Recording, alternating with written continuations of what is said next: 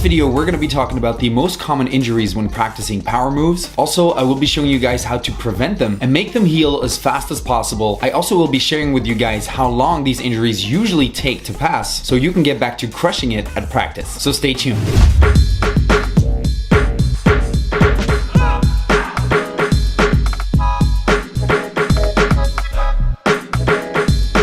What's up everyone, this is Coach Sambo, your online b-boy coach, and I've been breaking for 20 years. I founded a crew called Team Schmeda, and I am also the coach of the legendary Battle Droids crew, two-time world champ of the Battle of the Year Kids. And on this channel, I share a lot of b-boy tutorials, b-boy knowledge, but also a lot of funny b-boy content. So don't hesitate to subscribe right there if you want to stay up to date with everything I will be uploading in the future. So there are 4 major body parts that usually get affected and injured when training a lot of power moves. And I have had all of these injuries multiple times, so I do know what I'm talking about in this video. And of course, injuries is like our biggest enemy, right? It can really transform your training session into a frustration session, and it restricts you from doing whatever you want to practice. And I don't know about you, but I really hate that. So it's best to avoid these injuries with good knowledge, and that's what I'll be sharing with you in this video. So the first common injury when training a lot of power moves is the groin. And I have had multiple injuries on, both sides of the groin. Sometimes it was because the muscle was just overworked, but then I even got to a point where the groin was just infected, and that demanded special care to get rid of it because it didn't go away with just like resting. So what are these symptoms of having a groin injury? Well, usually you can't open your legs as far as you can without having a sharp pain in the groin area. Also, you really have a hard time lifting up your legs, especially when you lift your leg up to the side, which is a real pain in the ass when you're training flares and air flares and a lot of these power moves. It's usually a really small area that hurts, but because that area is the connection point between your core and your legs, the pain is really sharp and impossible to ignore. So what are the causes of the groin injury? Well, usually it's because of a poor warm-up or no warm-up, such as a lot of b-boys do. Also, something that can cause the groin injury is stretching before practicing your power moves. And I'm talking about people that really stretch hardcore and then start training flares and fast windmills and stuff like that. This is the perfect recipe to get the groin injury. Also, people that don't do reinforcement exercises or core exercises to reinforce muscle and joints, these people are usually also the victim of groin injury. Also, what can make this injury even worse is practicing or battling full out with the groin injury. How do we prevent the groin injury? Well, definitely a good warm-up without stretching. As I just said, if you stretch before training your power moves, that's when you get more chance of getting the injury. So I definitely recommend a serious warm-up with a lot of movement to a point where you start sweating. Also, a lot of circular movements help a lot, but you just want to avoid the stretching, which a lot of people don't know, and that's why I'm sharing it with you. Also, to prevent the groin injury, you want to do a lot of core exercises. Simple things like elbow planks and squats on a daily basis can really help reinforce those fragile body parts, preventing you from getting groin injury when training your power moves. So what if you have a groin injury right now? What am I to do, Sambo? Well, in that case, one of the most important things for you to do is rest the groin area. That means no flares, no windmills, nothing with the legs open and stretched. Also, you don't want to do additional stretching on top of that. Some people think that if you stretch out with your legs open because you have some pain in your groin, that's gonna fix it, but you're actually gonna make it worse. Because when you have pain in your groin, that means that there's a little tear in the muscle. And by stretching that muscle, you're just gonna make it worse. And above that, you're not giving the muscle time to heal by letting it relax. But as a professional b-boy, I can't just tell you to skip practice and stay home. There are a lot of things you can practice with pain in your groin. So I recommend things that don't swing a lot. Definitely recommend you not to do any power moves unless it's like with closed legs, like munch mills or tombstones. These are things that still are perfectly possible with a groin injury. Also, freeze combos, footwork steps, and even top rocks are still really possible if you have a groin injury. A normal groin injury will take between 5 and 10 days to heal. Depending on how old you are, the younger you are, the faster it will heal, and the older you get, the more patience you need to have. If the groin injury does not get any better after 2 weeks, then it might just be a sign that your groin is infected. And that's what I had like 10 years ago, and it just wouldn't go away for 2-3 months. So what I had to do was I had to go to a physiotherapist, and they treated it with ultrasound waves until a point where I didn't feel it anymore and I could do my power moves again. So the next injury that is really common with power moves is of course the wrist injuries. And I had wrist injuries multiple times on both sides once more. So how do you know if you have a wrist injury? Well, usually you can't put your hand on the floor and you can't put pressure on it, really cutting down on your possibilities at practice, especially if you want to do power moves. So what usually causes these wrist injuries? Well, first of all, of course, a poor warm-up. I've seen b-boys, enter practice and just with no warm-up, just doing flares out of nowhere. Also by just overworking your wrist,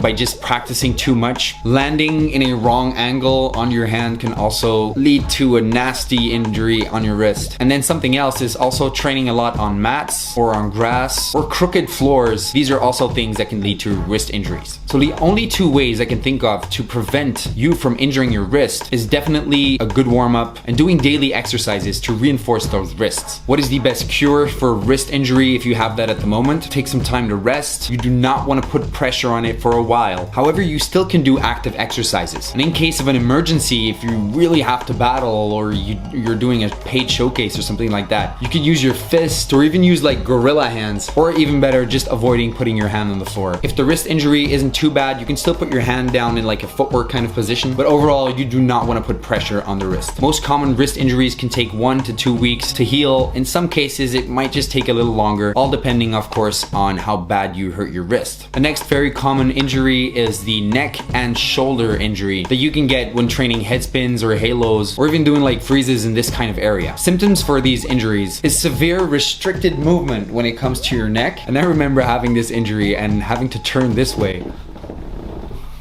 to look at something behind me. Good times. Also, you can't put your head on the floor or you can't put pressure to the side. And what's really a pain in the with this injury is you still feel it when you lie in bed or in the couch just watching TV. You feel it in your daily life. Also, a very common halo injury is the pain going from your neck all the way down to your shoulder blades, and it restricts you from looking down because the muscle is all tight. So this can be caused by a bad warm-up or doing a move in a bad angle. And this goes for your shoulders but also for the neck. So to prevent this, you really want a good warm-up. You want to make sure that you warm up the whole neck, but especially the connecting points towards your shoulders and all the muscles in between your shoulder blades. Also, something you really have to keep in mind that even if you do have a good warm-up but you're using a wrong technique, this can also very easily lead to injuries in this area. So the cure for this injury is, first of all, a good massage. Yeah, and I'm not kidding. So get your girlfriend to massage you right there. Also, you don't want to be doing air chairs and halo for a while. However, you do want to keep those muscles active so you can still continue your daily life. And in the morning, it really might hurt, but if you get into a little movement, the pain will ease off so you can still go to work or take a walk in the park or whatever. This injury usually takes 3 to 5 days to heal if you take this seriously. Now, the next injury was really the worst, and I had to go through surgery to get rid of it. It's lower back injury. Now, before talking about the lower back injuries, I just want to add here that you can avoid tons of injuries by learning moves in a safe and smart way. Things like 1.5 air flare or coin drops, shoulder halos, and all these kind of things. They can be really dangerous if you don't know what you're doing. So on my YouTube channel, you can find tons of tutorials where you can learn all of these moves the easiest, fastest, and safest way. And besides all of these tutorials, I have additional 40-minute training videos that you can find on my website. And in these videos, you will have professional guidance for your practice at home as you join me and my students throughout our practice sessions. And let me just add that these are the methods and the exercises that I use to train and coach my finest students, the Battle Droids crew. You can find the link to my website in the description down below. So the lower back injury. So same story right here. I had multiple injuries on my lower back, and it got to a point where it became a hernia. And a hernia is when the layer between the bones of your spine gets pushed out. And while it pushes out, it comes in contact with your nerves, sending out pain throughout your arms or legs. And in my case, it was sending out tremendous pain signals throughout my leg, making it impossible for me to practice anything. I couldn't even do top rocks without feeling pain going from my back all the way down to my leg. So for me to get rid of this hernia, I tried tons of stuff. Physiotherapist, and it didn't work. I tried cortisone injections, it didn't work. So the doctor said that the only thing that was left was surgery. And against my will, I did have the surgery, but it was the best thing that ever happened to me, because after the surgery, everything got back to normal. And after 3 years of not being able to battle or even train, I finally got to dance again. 3, 2, 1! And it was just nothing less than a miracle. So let's just make sure that you don't get a hernia right here. So let's move on to the symptoms right here. So lower back injury, usually you can't bend forward, and when you lay down on your back while doing windmills and stuff like that, that's where you feel a lot of pain. And the first and most important cause of people having lower back injuries is simply having a weak core. Also, using bad techniques can add to serious pains in your lower back. But also outside of b-boying, positions you take while sitting behind your computer or even while sleeping, these are things that can also lead to lower lower back injury. So to prevent all of this, of course, you want to do a lot of core exercises like squats and planks and all of these kind of exercises that I will make a separate video about. So make sure you subscribe. And also, of course, to avoid these injuries, you want to look at your posture throughout your daily life. The way you walk, the way you sit, the way you watch TV, and the way you sleep. These are positions that we usually take for hours on end. So do a little bit of research on good posture, and this will definitely make sure that you avoid back injury as you grow older and older. So of course, before getting to a point where you need surgery, you can make sure that you cure it on time. And if you feel pain in your lower back, you want to avoid these positions where the pain gets worse. Also, you want to do a lot of stretch exercises for the lower back. I also recommend you going to a physiotherapist, so we can crack that back, put the spine back into position. But also, when you have a present lower back injury, it's still fine to do core exercises such as squats and stuff like that. You just want to avoid the positions that really boost up the pain. A lower back injury can take 1 to 3 weeks to heal, but if you heal from a lower back injury and you do not work on core exercises, the injury will come back. And that was basically my issue. I did not give myself the proper rest, and I did not do core and reinforcement exercises. And after the injury, I started doing that on a daily basis, and I feel better than I ever felt before, and I'm 33 years of age. And if you've been having lower back pain for a while now, and you are doing stretching exercises,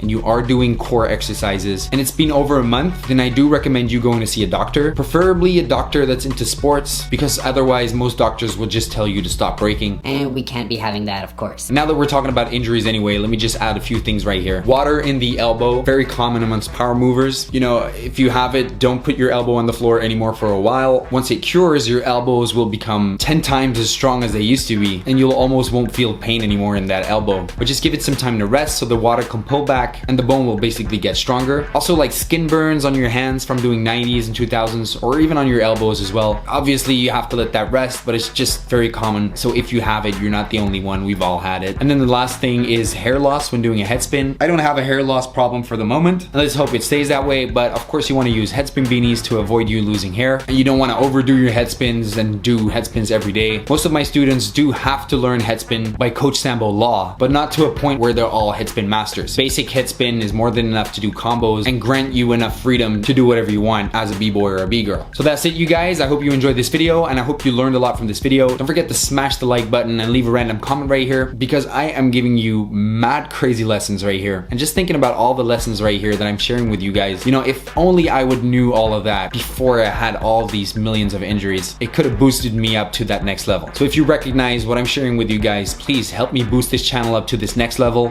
Share it with your friends, share it on your Instagram, share it on your Facebook, share it everywhere. Don't forget to subscribe. This is your man, Coach Sambo, helping you boost up yourself to the next level. Peace.